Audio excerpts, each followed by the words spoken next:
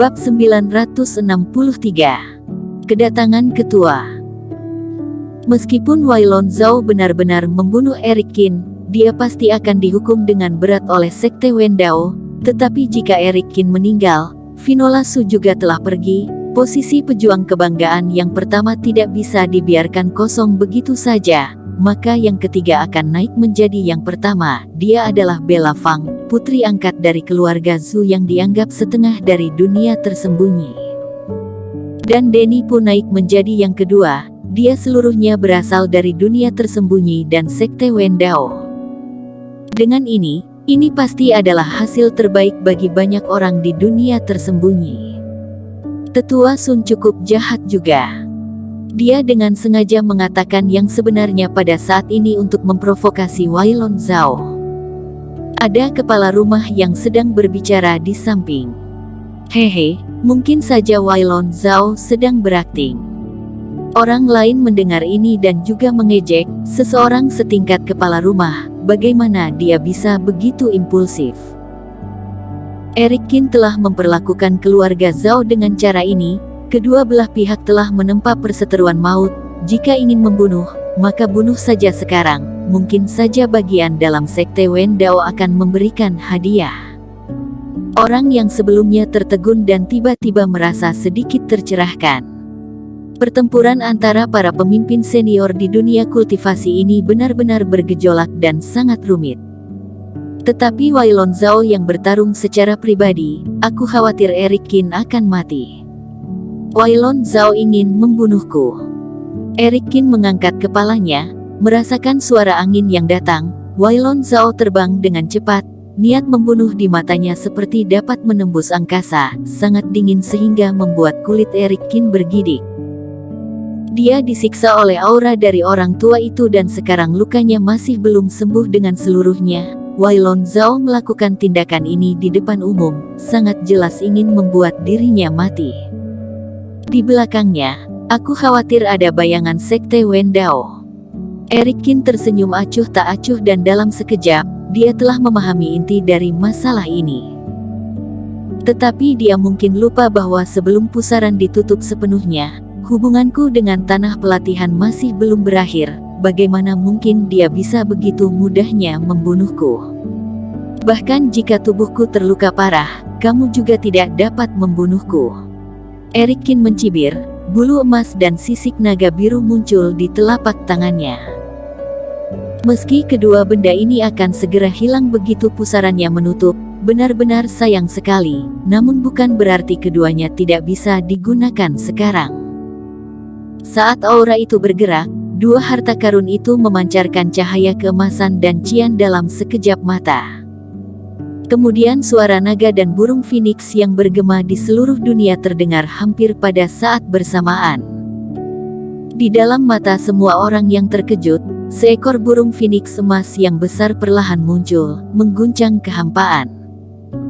Ia memancarkan suara phoenix, sayap emasnya menyebar dengan gelombang cahaya warna-warni.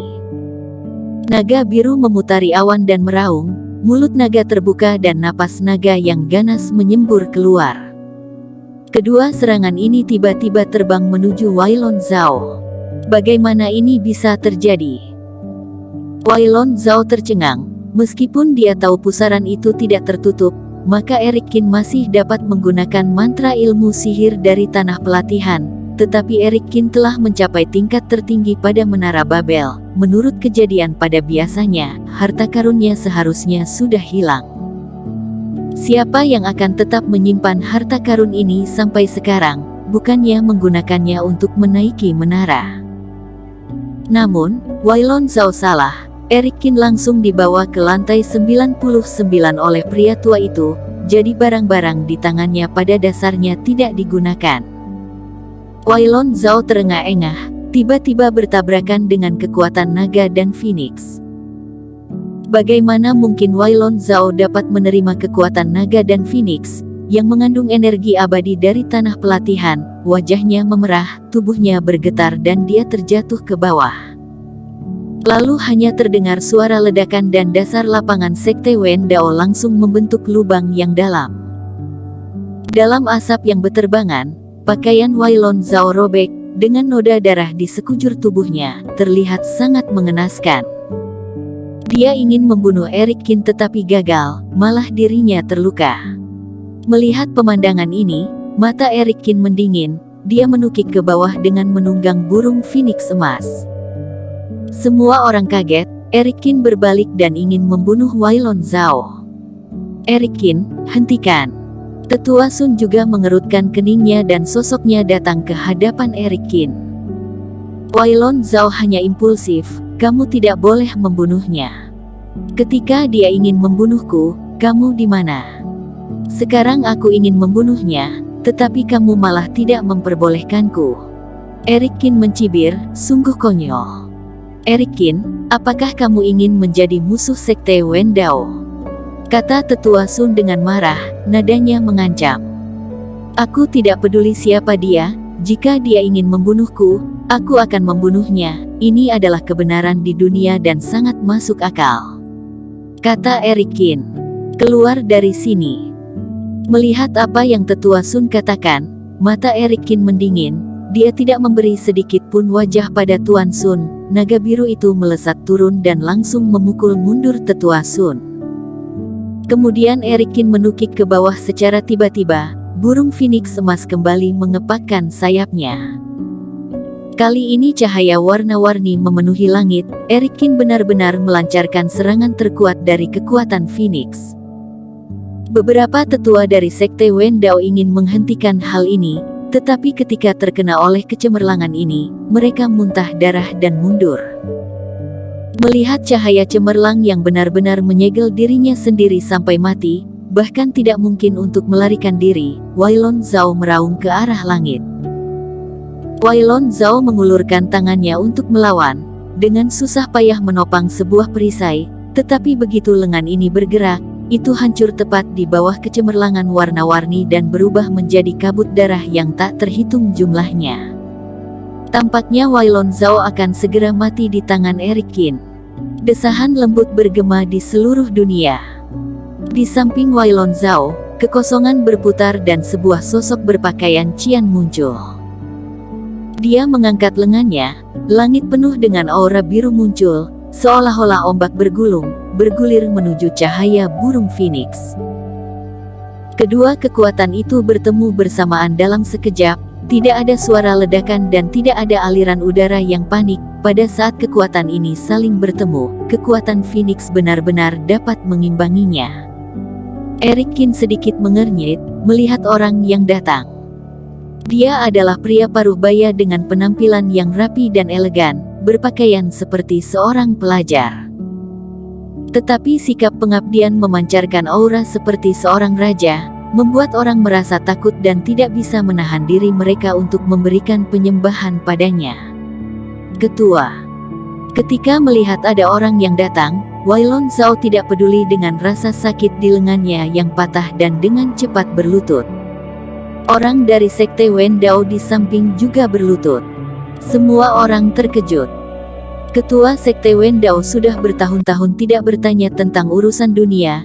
Dia menyerahkan sekte Wendao kepada Tetua Sun untuk dikelola olehnya, tetapi tidak disangka dia akan muncul hari ini. Ketua, kamu ingin menghentikanku untuk membunuhnya? Erikin bertanya di udara. Beraninya kamu berbicara seperti ini dengan ketua sekte? Tetua Sun berteriak dengan marah. Kalau begitu aku harus berkata seperti apa? Erikin mencibir, apakah aku harus bertanya kepada ketua, kenapa tadi kamu tidak muncul dan baru muncul sekarang untuk menyelamatkannya? Aku juga ingin bertanya, aku diundang untuk datang, tetapi tetua sekte Wendao ingin membunuhku dan tidak ada seorang pun dari sekte Wendao yang ingin menghentikannya. Atau, sebagai orang dari dunia luar, jika aku berani mengambil peringat pertama dari pejuang kebanggaan, aku akan mati di tangan sekte Wendao, agar membuat para pejuang dari dunia luar tidak datang ke acara pejuang kebanggaan di lain hari. Erikin bertanya 3 kali, suaranya terdengar seperti guntur, dengan momentum yang kuat. Perkataannya membuat wajah Tetua Sun memerah, tetapi dia hanya bisa menunjuk ke Erikin dan hanya berkata kamu kamu, tanpa bisa mengucapkan kalimat yang lain. Mohon ketua meluruskan hal ini. Tetua Sun menundukkan kepalanya ke arah ketua Sekte Wendao. Maaf semuanya, acara Sekte Wendao mengalami kekacauan pada hari ini, sehingga terjadi situasi seperti ini, maaf. Ketua Sekte Wendao berkata dengan ringan, suaranya tidak nyaring, tetapi langsung menyebar kemana-mana, semua orang bisa mendengarnya dengan jelas. Eric Kin juga melihat ketua Sekte Wendao, dia ingin melihat bagaimana dia berencana menangani masalah ini. Bersambung. Terima kasih telah menonton video ini sampai akhir. Jangan lupa subscribe dan nantikan kisah episode selanjutnya hanya di Novel Story. Salam.